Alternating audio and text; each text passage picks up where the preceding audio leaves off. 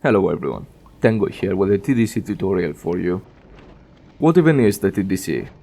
The Target Data Computer, also known as TDC, is an analog electromechanical computer that helps you calculate a torpedo solution for your target.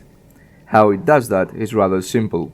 You feed it three key pieces of information: range, speed, and angle on the bow of your target at a specific moment of time, and then the TDC will calculate where the target will be at any time, provided the heading and the speed of the target remain stable. Now, you can never be sure that the target will play nice with you. However, if you aren't detected, there are very few reasons for the target to make drastic alterations. Therefore, while you as the commander do require a fair bit of luck to sink your target, the TDC really helps offload the main weight of the mathematical calculations to drastically reduce the time wasted on observation and thus maintain stealth and surprise for as long as possible.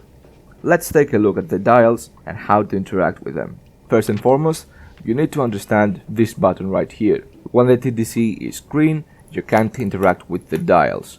I have to click on the TDC button and make it red. The dials are now interactable and we can input our target data. The range dial is really simple. Simply put, multiply the numbers you see by 100 and you will get the range in meters.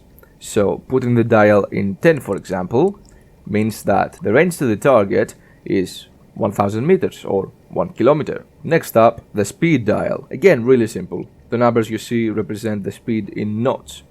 Putting the dial in 6, for example, means that your target is doing 6 knots. Now, in regards to the bearing dial, some modes may alter its appearance or even remove it completely. You don't really have to worry about the bearing dial because it has no bearing, pun intended, to our torpedo solution. All it does is show you the bearing to the target.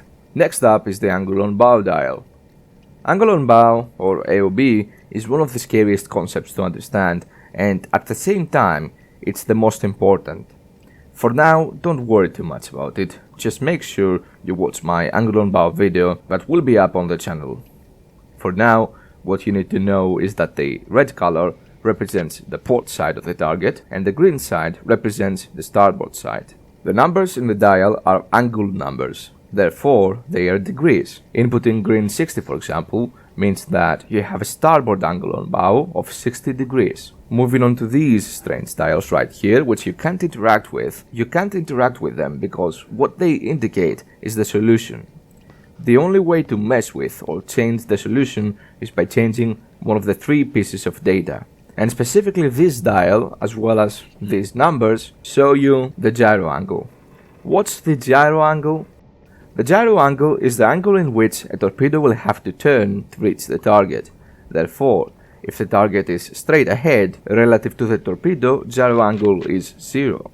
If the target is at an angle relative to a torpedo and the torpedo needs to turn to reach the target, the gyro angle indicates how much the torpedo will have to turn. And for the last piece of the puzzle, we go full circle back to the first button, the TDC button. As I've already demonstrated, if the TDC is locked, you won't be able to interact with any of the dials, alright? If the TDC is unlocked, you can interact with any dials you wish and feed the computer information. In a real scenario, you spot a target and start the data gathering process. You found his range, unlock the TDC, input his range, say 600 meters, lock it. Then you move on to his speed. You found his speed, let's say he's doing 10 knots, unlock, input, and lock again. Then you found the angle on bow. Let's say that the angle on bow is green 20, unlock, to put it on green 20, and lock it back up again. Why did I waste a minute of your time repeating the same thing a bunch of times? You have to understand how the TDC works and how it should be handled.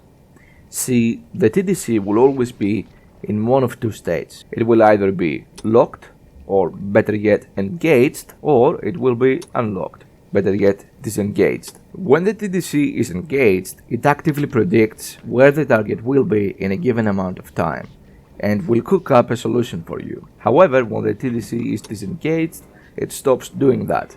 Now take a look at this. My TDC is red. This means it's unlocked, okay? If I move my scope around, nothing changes. Now, however, my TDC is green, meaning it's engaged, and if I move my scope around, you can see the solution changes.